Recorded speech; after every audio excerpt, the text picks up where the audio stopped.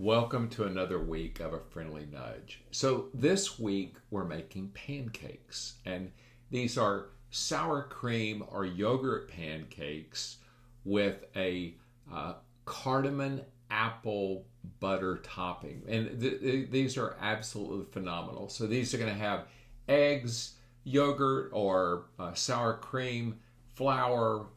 Then I'll get to the other ingredients there. But we've also got apples, cinnamon. I'm using some molasses, maple syrup, some cardamom, and butter.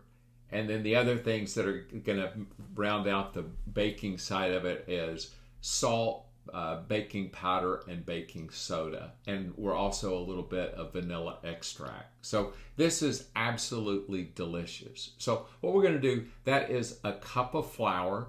So that's going to go in. And then we're going to add a teaspoon and a half of baking powder, a teaspoon of baking soda, and then a half a teaspoon of salt. And you know what I started off, I was going to mix it up with a fork, and then I was like, wait a minute, you got this whisk right here, might as well use it. So, swap that out for the proper tool. And then we're going to add that 2 cups. This is 2 cups of yogurt, but you could also use sour cream. Either one works. So this is, and then I want to get that really well mixed in, and then I'm going to add the eggs and the vanilla extract to it. So just going ahead and trying to make sure that I incorporate all of the dry into the liquid. And then I'm going to beat the eggs. We'll get those nice and stirred up. And then I'm going to add just a splash of vanilla extract. I asked for a half a teaspoon. I'm like, that's too tedious to measure. So we're just going to put just a little bit of vanilla extract in there. That might be a touch over, but I think it adds a nice flavor. So just getting that stirred in. And then the reason that I'm using the whisk is because to get the eggs incorporated, trying to do it with a fork is too difficult. So want to get the egg well mixed into the batter. And it's not like it's crazy difficult. It's a lot easier if you're using a whisk instead of trying to use a fork. So got that mixed in, and then we're just going to set that aside while we get the apples prepped. So I'm just going to peel the apple, and you could use an apple peeler and a core and all that. I just, for me, it's like, okay, it's simpler just to use a knife and just, cut the core out and, do that without slicing any fingers off. I'm sure that this knife technique doesn't inspire a ton of confidence, but no digits were lost. And then I'm just going to try to get the apples, cut up into fairly small pieces. You're not like mincing them or anything, but you're just chopping them into kind of bite-sized pieces, and then just get them in the bowl. And then we're going to get I'm going to put just, I don't know what that is. Maybe that's a tablespoon and a half, just kind of a chunk of butter. This thing called for like 6 tablespoons of butter. It's like, I don't want that much butter in it. So I'm adding the apples. Then what I do with the cardamom is I just want to sprinkle it to where that I have all of the apples covered.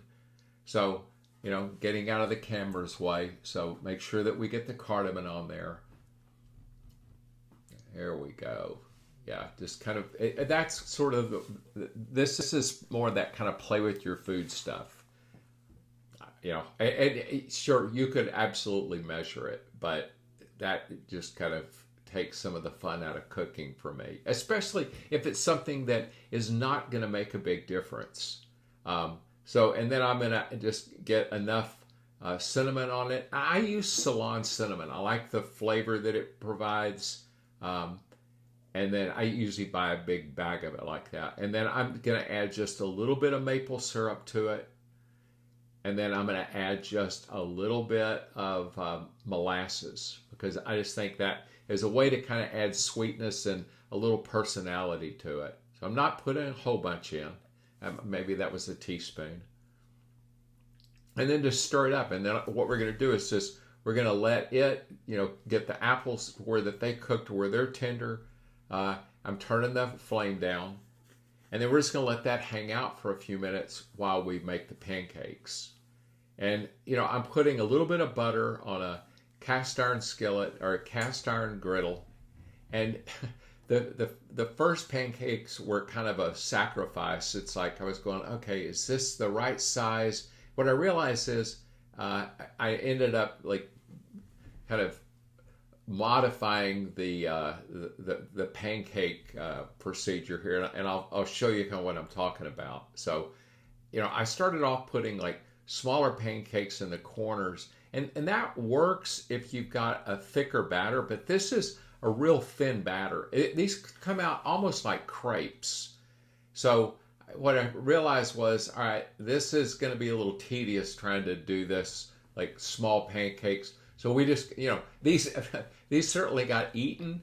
And what I usually do is put a sheet tray in the oven at about 150, 200 degrees and just let the pancakes hang out on there while the rest of them get done. So this is the modification, is I just decided, all right, I'm going to make the pancake in the middle of the griddle, make it a little bit larger pancake.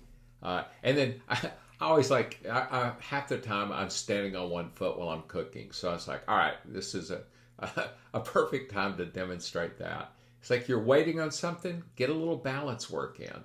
All right, so that's what the pancakes end up looking like. And these things are absolutely delicious. The pancakes aren't real sweet. In fact, they're not sweet at all. It's from the apples and the maple syrup. But I think you will love these. I really want to hear how you like them. And, by all means, have a great week and play with your food.